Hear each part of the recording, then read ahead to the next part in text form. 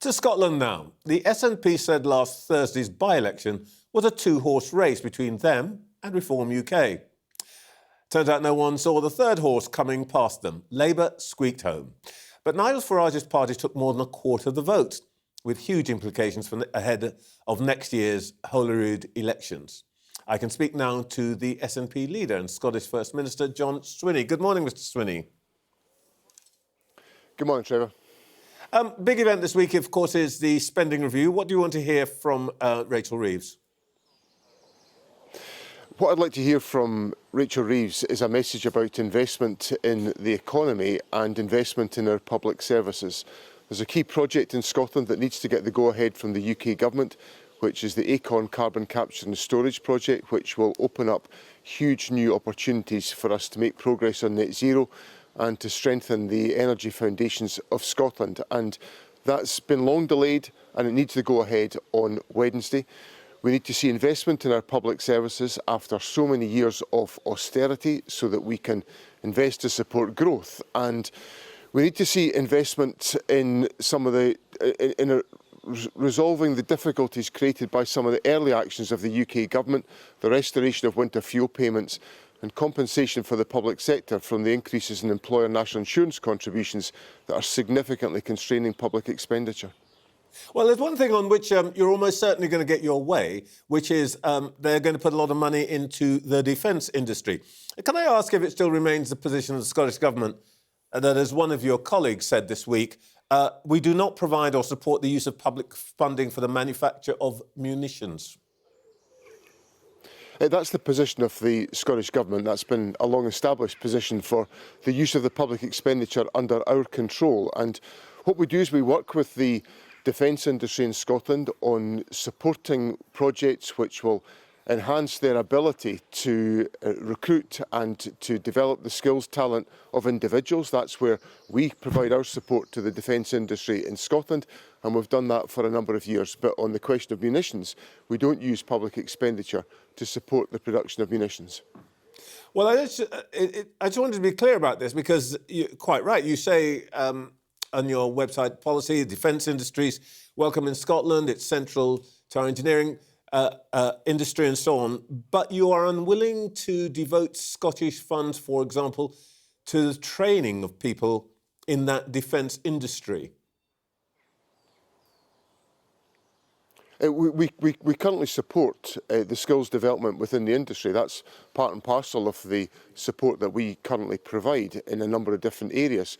So that's part of the approach that we take in exercising our responsibilities to ensure that we've got a skilled and trained and effective population to support a range of industries in Scotland, one of which is the defence sector. All right. This week you had said that the Hamilton by-election would be a two-horse race, you versus Reform. Horse of a different colour won, Labour. What went wrong? What I identified during the election campaign was that the Labour vote was collapsing, and it did. A year ago, the Labour vote was 50% in that area, and in the by-election, it was down to just over 30%. And I identified that Reform were surging, and Reform came from, frankly, nowhere to command, as you just said a moment ago, 25% of the vote. So the dynamics of the election that I identified were what transpired, that the Labour vote came down substantially, the Reform vote came up significantly, and the SNP vote, while it improved, didn't improve enough to win. Now, obviously, I'm very disappointed that we didn't win the Hamilton, Larkhall and Stonehouse by-election on Thursday. We worked incredibly hard to make sure that could be the case. We made progress based on what was... People are falling out of love with Labour. Why aren't they going to you rather than Mr Farage, who basically... He's almost got no operation in Scotland whatsoever.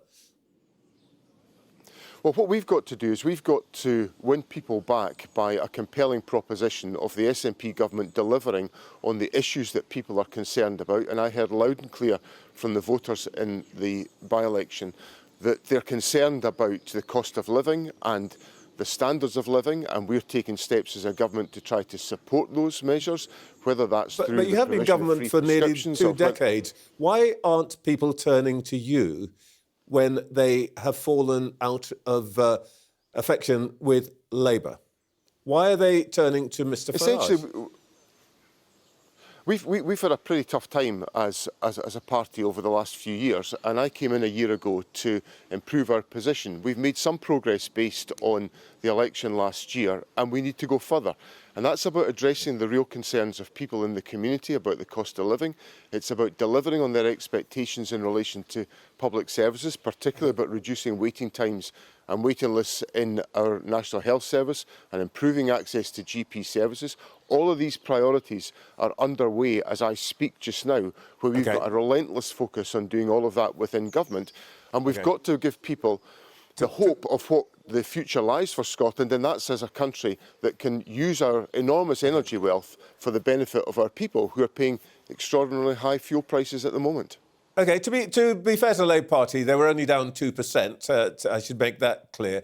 But the polls are now telling us that no party is likely to win a majority at Holyrood next year. Now, you've been there before and you are experienced in coalitions.